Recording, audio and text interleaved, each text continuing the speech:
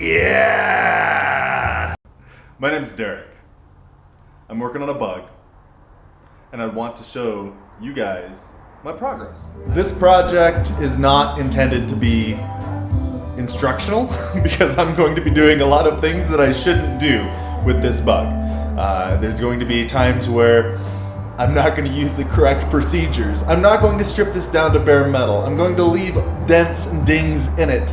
The rust that's there, I'm going to rough up, clear out, and spray some rust preventative material on it, but I'm not going to fix it in the correct way. That said, I think this is going to be a blast. Yeah! Okay, first up, we gotta take some stuff off.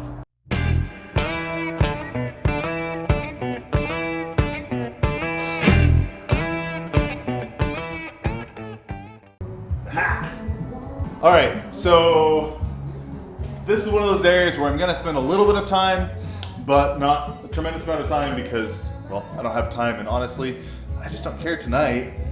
So, this is what the deal is. We have this dent, and you might be able to see it with the reflection of the light. Can we get the light to see the reflection of the dent? That's a joke, by the way, because there's no gloss. Anyway, so you can see here, here's the dent, and there was a dent here. I pounded it out a little bit with a hammer. I'm gonna do the same thing for this here. You can just see it's just terribly dented in. It looks horrible, and it feels horrible. It's gonna look terrible with paint on it. So I'm gonna go ahead and pound from the underside and get it close. I would rather have it down a little bit than up because I'm gonna take some filler and fill around where this is all dented in. If I need to, or if I feel like it would be helpful, I might actually heat it up if I can get it close. So let's see what happens.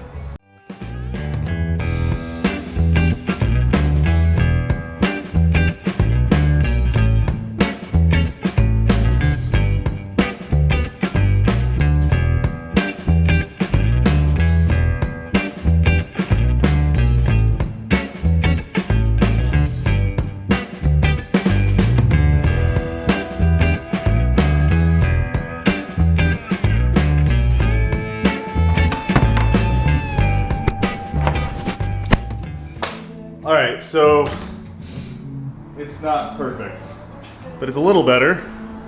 Actually, it's quite a bit better. I was about to touch it and realized that touching it probably wouldn't be the best decision ever. So, you can tell, obviously it got pretty hot. Probably should be wearing a respirator with the paint that's melting off, but that's quite a bit better. Again, it's not perfect. I only have one hammer to my name, metal hammer anyway.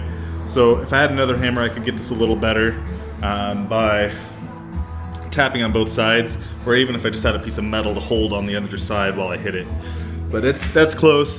I'll know more once I get this all sanded off, but as it is now, it's substantially better than it was. That is for sure. You can see that's a little high. I'll have to tap that a little bit further down. All right. So, let's get going, shall we?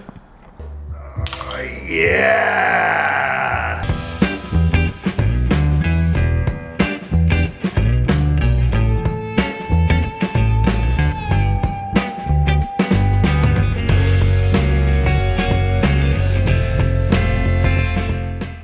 Taking a little bit of time, I found out a few different things. One, this fender has been replaced. What I can tell. This looks like an aftermarket fender, mainly because there's only one coat of paint and it's really just primer, so there's really no paint on the thing. So that's good. That means that there should be no hidden Bondo anywhere. But there is, unfortunately, Bondo on the side panel, which I already knew, but it's interesting what I didn't know. So check this out. So we come up over here, and there's still some work I need to do because there is some paint flaking off. I don't know if that's from rust or what that's from. And if we go up here, we knew this was flaking off here, right? That's what I thought was the original color. But, and you'd think that's the case because there's rust under there. When you're working on a bug or on an old car, it's always fun to get to know the history behind the car, what colors it was painted at any given stage in its life. This car is a little more of a mystery than I thought. So if we look over here on this panel, now this panel isn't one that's going to be replaced, typically. A door can be replaced easily, a fender can easily be replaced. This is part of the body. This requires major welding if you're going to actually take this apart. So, look at this teal color. How beautiful is that, right? So, looks like we have, so I'm down to, where's the metal? I saw metal. I thought I saw metal, maybe I didn't. At any rate, we have a darker green by the looks of it right here. Then it went to white, then like this taupe almost, and then this beautiful teal color. My goodness, this bug would look so beautiful with that color.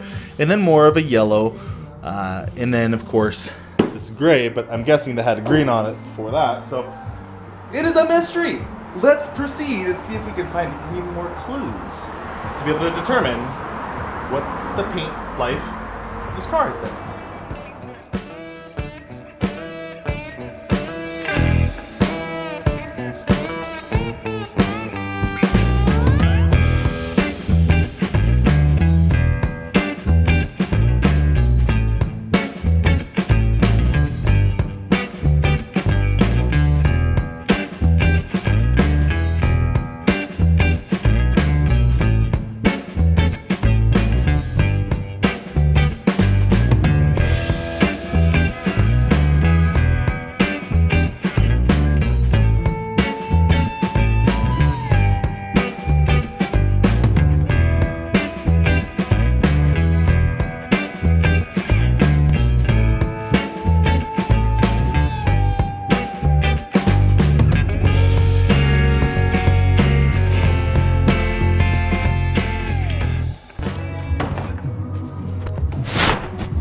Okay, so this is a good first step.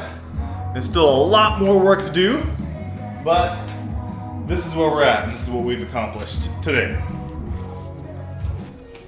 Step one, we've gotten this hood much straighter. Still has a lot of work left to do. We sanded most of this down. We're gonna have to re-sand it again.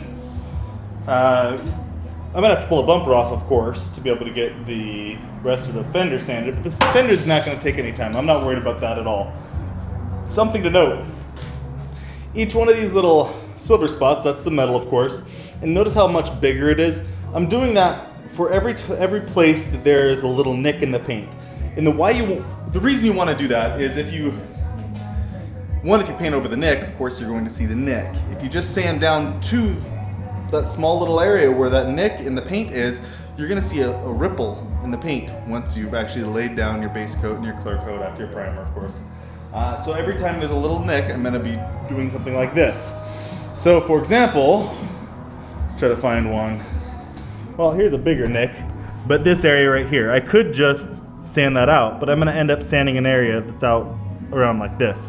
And the reason for that is so that it won't, you won't see a divot in the paint once you actually put some paint down. Something to note, see how there's different colors here?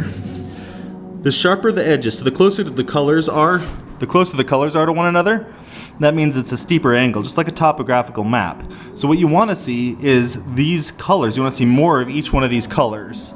So more like, well, kind of like this. There's not as many colors on the hood, but see how big that area is before we go to the next color? That's the kind of an idea that what you're going for, is you want to have more of that surface area. So I had the drill sander, so I just wanted to get off all the stuff that's going to flake off. I still have a little bit more here to do. That's really steep, but we want to get this so that when we run your hand across it, you're not going to feel anything. That's the goal. Whenever we run our hand across anything, it should be smooth. We shouldn't feel anything. In fact, when I'm actually painting a nice car, one that I care about, what I'll do is I'll rub my hand across it while I have my eyes closed, so I won't psych myself out. So when I do feel a little lip, I'll stop, put my finger on it, open my eyes, and find where that lip is, or where that dent is. So that's the story. I think this is a good place to stop. Thanks for tagging along.